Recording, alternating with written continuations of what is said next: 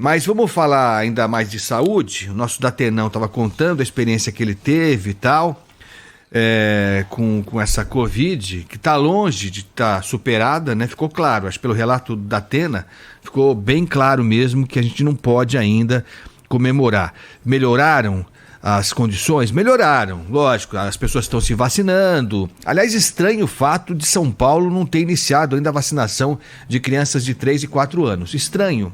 Sinceramente estranho. São Paulo, que era a vanguarda, né, durante o governo João Dória, quero crer que não era só uma bandeira de campanha, né? Quero crer nisso, porque nesse período, e São Paulo teve um mérito enorme nesse processo de vacinação. Não fosse por São Paulo, eu não sei quanto tempo demoraria para o governo federal iniciar a vacinação. Não sei quanto tempo demoraria. E foi assim, todas as novas etapas, o governo Dória estava na frente, né? Era o primeiro a vacinar a criança, era o primeiro a vacinar... Bom, enfim, quase tudo começou aqui em São Paulo, para nossa satisfação. O Butantan é um orgulho nosso. Agora, no caso das crianças de 3 e 4 anos, não sei. São Paulo não tem ainda previsão de quando vai começar essa vacinação. Outros estados, outras capitais já estão vacinando. Vamos falar então sobre saúde, mas saúde privada, né? Saúde em hospitais particulares, em clínicas, em laboratórios. Nós já falamos sobre isso. Estamos enfrentando, não bastasse a pandemia que ainda não foi embora, estamos passando por uma crise de falta de medicamentos. Falta de medicamentos em hospitais particulares, clínicas e laboratórios. E para falar um pouco sobre isso, estamos com o presidente do Sindicato dos Hospitais, o senhor Francisco Balestrin. Senhor Francisco, muito obrigado por atender mais uma vez aqui a Rádio Bandeirantes. Um bom dia para o senhor. Pois não, Agostinho, o prazer é todo meu, estou à sua disposição. Doutor Francisco está em áudio e vídeo, então você pode acompanhar essa entrevista também no nosso canal no YouTube, youtube.com/Rádio Bandeirantes Oficial. O sindicato fez um levantamento, né, doutor Francisco, dessa situação da falta de medicamentos. Qual é o quadro que os senhores identificaram, por favor? Bem, na realidade, Agostinho, nós fazemos esses levantamentos, inicialmente a cada 15 dias, e agora mensalmente, desde outubro de 2020, porque é exatamente um serviço de prestação de serviço que nós fazemos para acompanhar todo esse processo da pandemia, né, que você mesmo há bem pouco tempo aí estava citando. Então nós identificamos todas aquelas fases, né? Primeira fase, segunda fase, quando melhorou, quando faltou o oxigênio, quando faltou todo aquele material chamado kit intubação, que todo mundo falou bastante. E agora, nós que a partir de janeiro havíamos decidido praticamente encerrar as pesquisas, porque tínhamos a mesma expectativa de todos os brasileiros, aliás, do mundo todo, né, que de alguma forma a pandemia ela teria de tal forma arrefecido que nós não teríamos grandes preocupações, mas vimos com as novas variantes que a gente tinha que voltar a fazer. Junto com as pesquisas, como você falou, a gente acaba identificando algumas coisas, porque a gente objetivamente faz as pesquisas para ver o acompanhamento da pandemia. E a pesquisa ela apresenta uma série de informações a respeito da pandemia, claro, além dos testemunhos que você apresentou para a gente há alguns tempos, há poucos. Mas essa pesquisa ela indicou também outros aspectos, né? Além dos aspectos que têm a ver com o atendimento da pandemia, mas é exatamente aquilo que você já levantou aí. Nós vimos tendo já há um mês, ou até mais tempo, falta de alguns medicamentos no mercado. E quando você fala, não é só nos hospitais privados. Isso vem acontecendo também nos hospitais públicos, vem acontecendo nas farmácias, porque você deve ter relatos de pessoas que às vezes saem dos prontos-socorros ou dos próprios consultórios médicos e acabam indo em 3 ou 4 farmácias até conseguir um medicamento. Hoje, muitas vezes, quando os médicos fazem suas prescrições, já dizem, olha, se não encontrar esse, tenta esse, se não encontrar esse, tenta esse outro, porque esse é um fato que está acontecendo no mercado como um todo. Nós temos alguns medicamentos, que eu vou, inclusive, chamar de medicamentos básicos, que acabam faltando para o mercado, e que, teoricamente, são aqueles que são os mais utilizados. Por exemplo, doutor? Olha, um daqueles que é mais citado, eu não vou nem falar de antibióticos, vários antibióticos estão faltando, mas é aquele que a gente chama de dipirona, né, que é o nome químico, mas que todo mundo, o nome comercial é Novalgina. Então, ou seja, dentro dos hospitais você tem falta de medicamentos, eu vou insistir, que são básicos, como, por exemplo, a Novalgina. Tem falta, por exemplo, de contrastes radiológicos para você poder fazer exames. Você tem falta de soros fisiológicos, todo mundo sabe o que é. Você tem falta dos antibióticos, né, como a amoxicilina, como a azitromicina, que foi tão falada aí nos tempos passados, né? Então, você tem falta desses medicamentos. A maior parte deles, vou ser sincero com você, eles podem ser substituídos, eles estão sendo substituídos por novos protocolos, mas normalmente esses protocolos são mais custosos do que aqueles que você usa no dia a dia. Então, isso, além de você ter a falta de medicamentos, isso pode incidir também naquilo que se chama vai aumentar o custo da saúde, seja para o cidadão que vai comprar na farmácia, seja para o setor público que vai ter que comprar mais caro, e seja para o setor privado que vai comprar mais caro e vai, consequentemente, repassar por um valor maior. Então, é um conjunto grande de situações, eu diria para você resumidamente, faltam alguns medicamentos, você tem dificuldade de importação nesses medicamentos, e, por outro lado, você tem um aumento de custo desses medicamentos por todas as variantes que você já deve ter citado aí em outras programações. A questão, ela é multifocal, ela não é individual.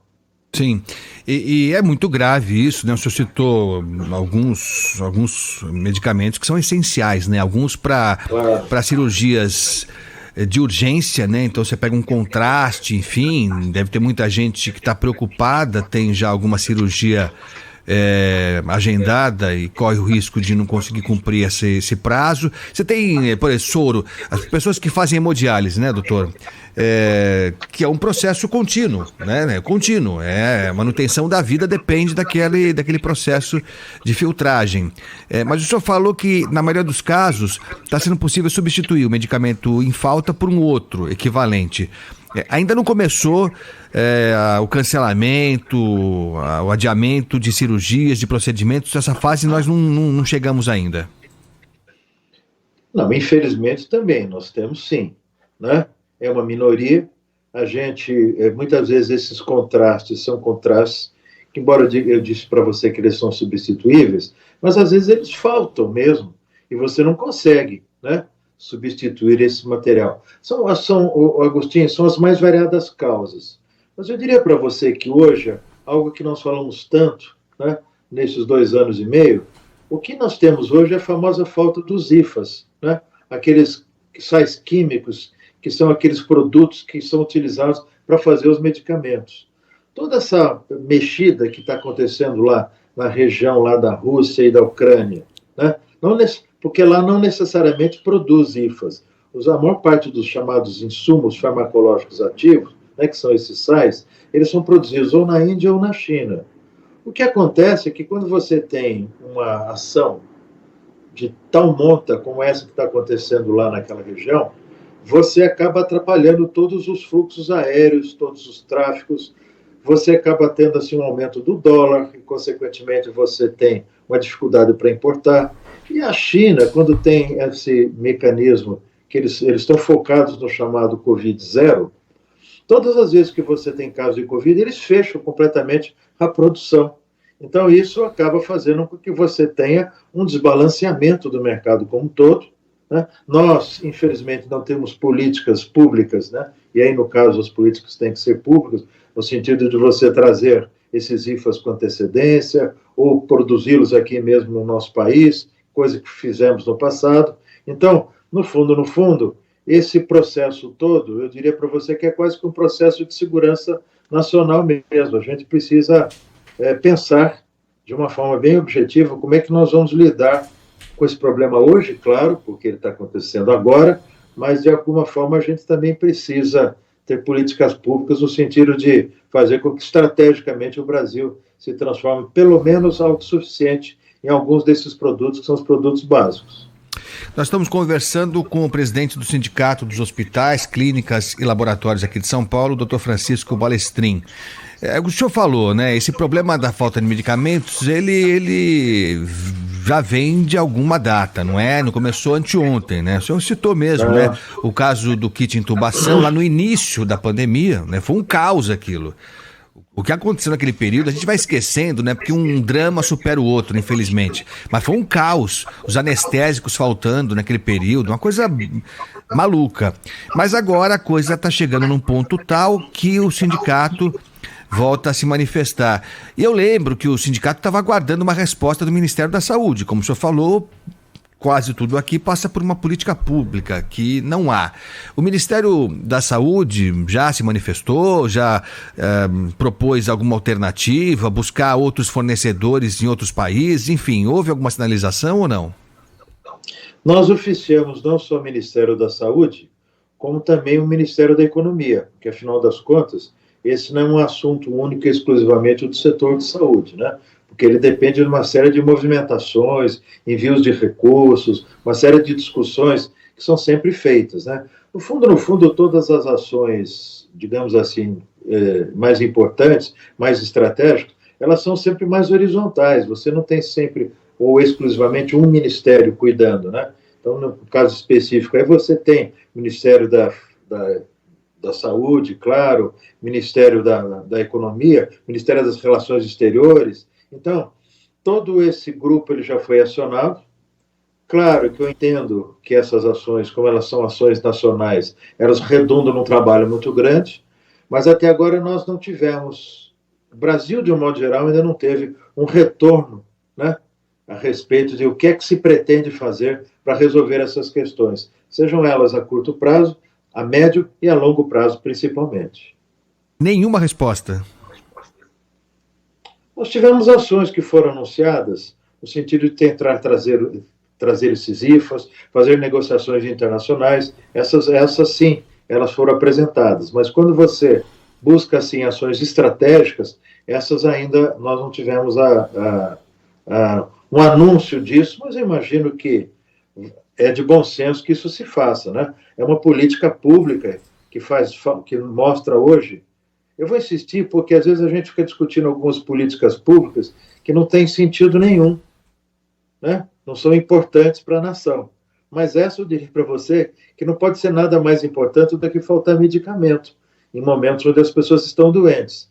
Então eu diria que talvez isso devesse ser colocado entre as primeiras discussões que precisam ser feitas no âmbito público, seja no nível estadual, seja no nível federal, principalmente.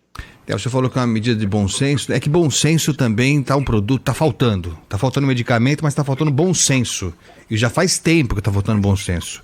E eu não sei se os nossos fornecedores de plantão estão dispostos, se eles têm para entregar. Tem a impressão que o bom senso está em escassez também. Quando o senhor fala, lógico, a gente está falando do sindicato aqui dos hospitais e clínicas aqui de São Paulo, mas esse quadro, imagino, se em São Paulo está essa crise, imagino que no Brasil como um todo o quadro se repete, né? É exatamente isso, né? Não existe IFA para bom senso, como você falou. Você não pode importar de nenhum lugar, né? Esse tem que ser um produto nacional, realmente. O que acontece, entre outras coisas, e você já falou aí, bem, Agostinho, o que acontece em São Paulo, que é 40% praticamente do mercado de saúde brasileiro, e eu não estou me referindo única e exclusivamente ao mercado privado, também estou me referindo a ele, mas a movimentação de saúde no nosso país, seja industrial, seja de prestação de serviço, seja de seguro de saúde, é São Paulo. O grande centro é São Paulo.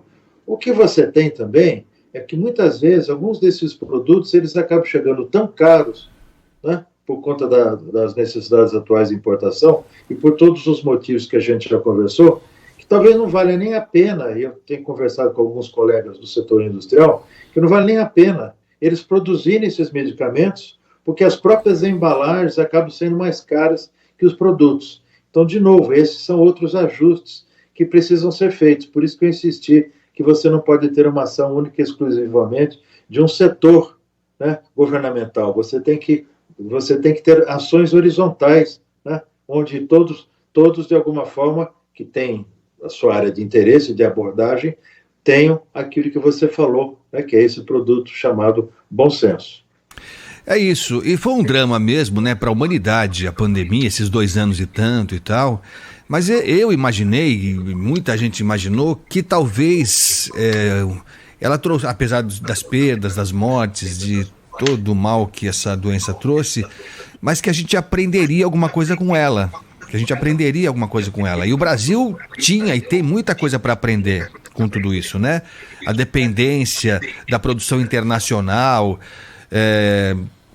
seria um aprendizado a se tirar disso tudo, né? Mas parece que a gente está saindo da pandemia, se é que está saindo, sem ter a consciência que poderia ter vindo com ela.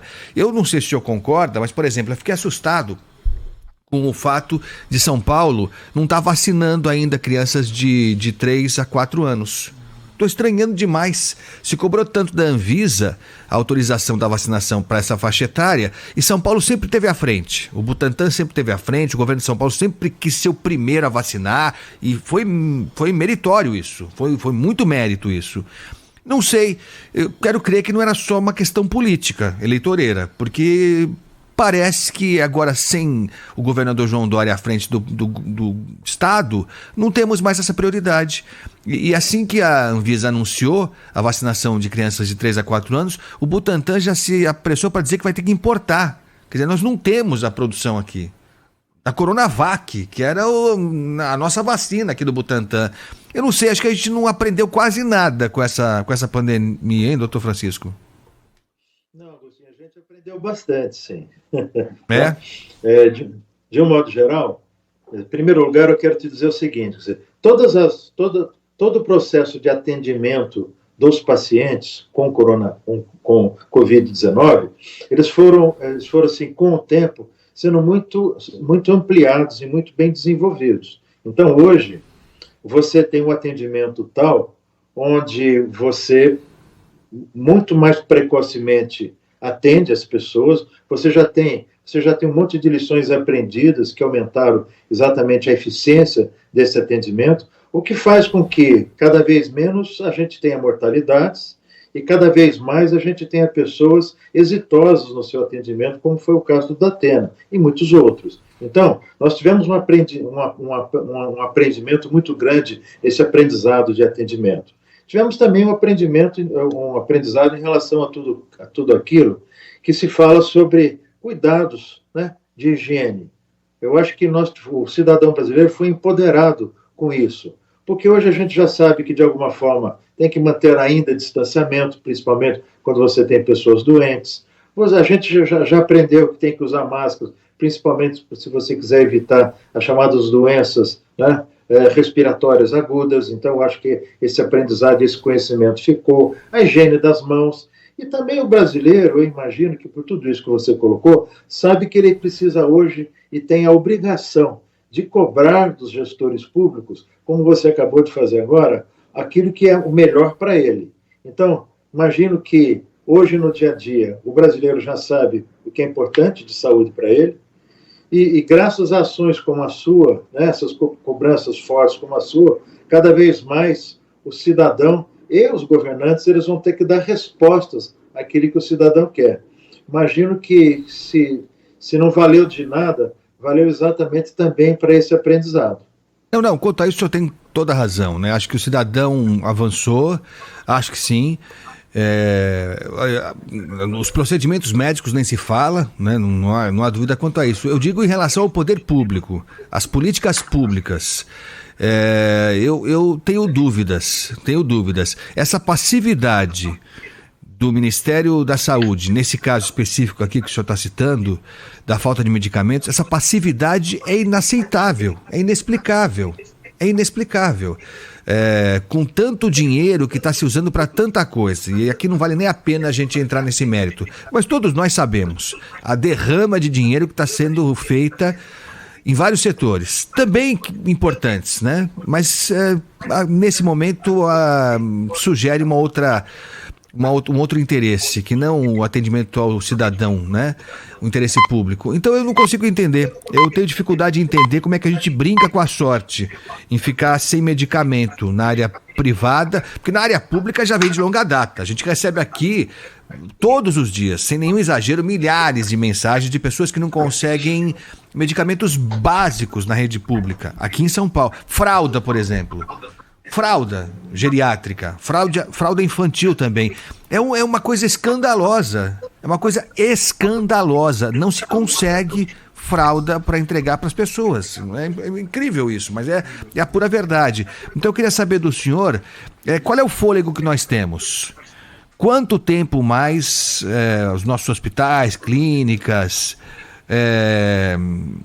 conseguem se manter sem que haja uma alternativa, sei lá, um novo fornecedor, uma nova remessa que chegue de algum lugar? Qual é o fôlego que nós temos?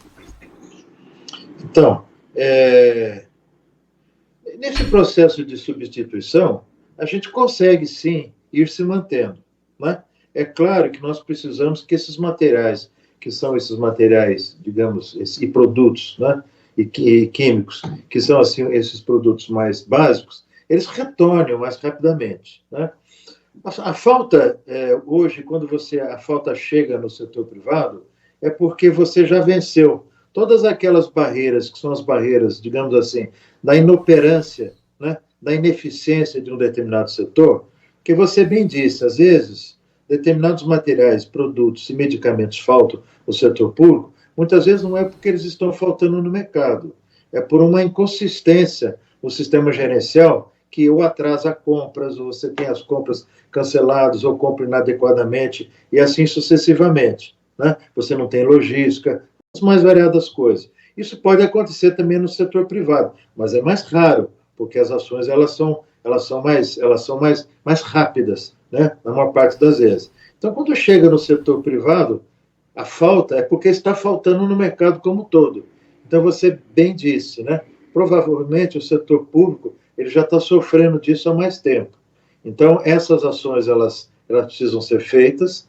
Imagino que tudo aquilo que se espera possa acontecer nos próximos 90 dias. O retorno desses produtos ao mercado. E até aí nós vamos continuar com essas faltas, infelizmente. Nós estamos conversando com o presidente do Sindicato dos Hospitais, Clínicas e Laboratórios aqui de São Paulo, o Dr. Francisco Balestrin. Só para a gente encerrar, como é que está a questão dos leitos? Me parece que houve um crescimento significativo de crianças internadas, não sei se por Covid ou por outros males. Como é que está o nível de ocupação dos nossos leitos, por favor? Nós não temos, como tivemos já nos outros anos, e a gente já cansou de conversar esse assunto, aquela pressão enorme de utilização de leitos, né? O que a gente tem, sim, ainda um volume grande de pessoas que vão ao serviço de urgência e de emergência, porque, claro, as pessoas muitas vezes elas não sabem identificar a diferença entre uma Covid-19 e a chamada síndromes respiratórias, uma gripe, por exemplo, né? Então, as pessoas elas vão normalmente aos pronto-socorro e ainda você tem filas de atendimento. Na maior parte dos hospitais, esse atendimento acontece entre 1 e 2 horas. Mas você tem relatos de atendimentos que demoram de 3 a 4 horas, ou seja, é um constrangimento para as pessoas que estão lá. O fato das pessoas terem tomado a vacina, e você de novo citou bem essa questão, faz com que, mesmo que as pessoas elas sejam acometidas por Covid-19, e acho que hoje todos nós temos algum amigo ou colega, algum parente que está com Covid de novo. Fala, nossa, eu estou com Covid de novo, né? Segundas vezes. Tem gente que é a segunda vez, tem gente que é a terceira vez, mas nada se compara àquelas pessoas que tinham. Muitas delas esse Covid passa quase que desapercebido. Isso, claro, graças à vacinação, né? Ainda bem que nós temos isso. E isso também gera uma diminuição muito grande de utilização de leitos. Então, nós temos um volume muito pequeno de leitos, seja de terapia intensiva ou de internação, que são utilizados, né? Em torno de 5% daquilo que se tinha há 1 ano e meio, 2 anos atrás. Agora, essas internações de crianças, elas acontecem realmente nesse período que nós estamos em pleno inverno. É que, às vezes, a gente não se dá conta, de novo, que a gente está no inverno, porque a gente está tendo uma variação muito alta de temperatura, então a gente não percebe. Mas as crianças e o organismo infantil percebem com muita clareza isso. Então, eles são mais submetidos a essas doenças infecto-contagiosas, né? Principalmente as síndromes respiratórias agudas desse período, e muitas delas, até por por fragilidade orgânica, acabam tendo que ser internados. Então, nesse período, nós normalmente temos, sim, um aumento e que não é diferente daquilo que aconteceram em outros anos, exatamente quando nós tínhamos crianças acometidas por essas doenças. Perfeito. Só lembrando mais uma vez um dado que é estarrecedor e por isso a nossa preocupação em que se cumpra a vacinação para crianças de 3 a 4 anos. A gente cobrou tanto da Anvisa que estava demorando e tal, não sei o quê. A Anvisa bateu o martelo, o Ministério da Saúde autorizou também. Então é urgente que se faça essa vacinação mesmo, até porque esse número de 2 crianças morrendo por dia, 2 crianças por dia morrem, crianças com idades inferiores a 5 anos morrem de Covid no Brasil. É muita coisa. Então, só para a gente desfazer, se em algum momento ficou a impressão de que já dava para relaxar, e acho que o poder público errou mesmo nisso, né? Errou mesmo nisso, nessa flexibilização chamada aí da máscara, né? Permitindo que não se use máscara. É uma coisa tão simples de usar, tão simples, deveria cair dos usos e costumes da nossa população, de todos nós, o uso da máscara, mas enfim, se a gente foi negligente em algum momento nessa aparente redução de casos de Covid, aparente não, aconteceu uma redução mesmo com a vacinação, mas acho que a gente atropelou um pouco a coisa. Mas se isso aconteceu, fica o alerta mais uma vez aí. 2 crianças morrem por dia vítimas de Covid, crianças com idades inferiores a 5 anos. E mais que tudo o relato do Datena, né? Então o Datena, o relato que ele trouxe aqui é bastante importante. Ele saiu do hospital no sábado e ele não está em condições ainda, mas fez questão de dar um bom dia para todos nós aqui, muito mais para alertar sobre os riscos que essa doença ainda representa. Doutor Francisco, muito obrigado pela atenção mais uma vez aqui com a Rádio Bandeirantes. Um bom trabalho para todos. Tomara que o Ministério da Saúde encontre no estoque bom senso e tome providências, tá bom? Muito obrigado pela atenção. Obrigado, Agostinho. Fico à sua disposição. Muito obrigado. Presidente do Sindicato dos Hospitais e Clínicas e Laboratórios de São Paulo, Francisco Balestrin. Tá faltando, viu, Ana Paula Rodrigues? Oi, tô ouvindo. Fica esperta aí, ó. Tá faltando soro, dipirona, antibiótico. Isso tá muito. Não tá? Muito. Contraste, fralda e tudo mais. Tudo mais tá faltando. E como disse o senhor Francisco, quando falta em hospital e clínica particular, é porque já começou bem antes a falta no serviço público, né, Ana? Exatamente, a gente tem falado muito, né? Muitos ouvintes têm reclamado aqui mandam mensagens para cá com problemas pontuais, mas a gente já falou aqui no ar várias vezes de problemas na rede pública, né? E na rede particular não ia ser diferente, é questão de tempo. É verdade, e vai piorar se Pior nada é isso, acontecer. Não é provisório, né? Não é, até porque é o seguinte, né, a gente não produz, a gente aprendeu muito pouco com essa pandemia, eu acho. Imaginei que a gente fosse pensar, puxa vida, importante ter a produção interna, né? Vai ter uma guerra por aí, ter uma crise de petróleo, a gente fica no hora veja. Essa guerra, além de todas as perdas, né, de vidas, que é o principal, que impacto e que momento para isso acontecer, né? Verdade. Vou te falar, guerra nunca é um negócio bom, mas acontecer na reta final, que a gente acha que é a reta final de uma pandemia, eu vou te falar, viu? E é isso, né? O mundo globalizado traz muitas coisas legais, mas traz dissabores também. Essa dependência. Exatamente.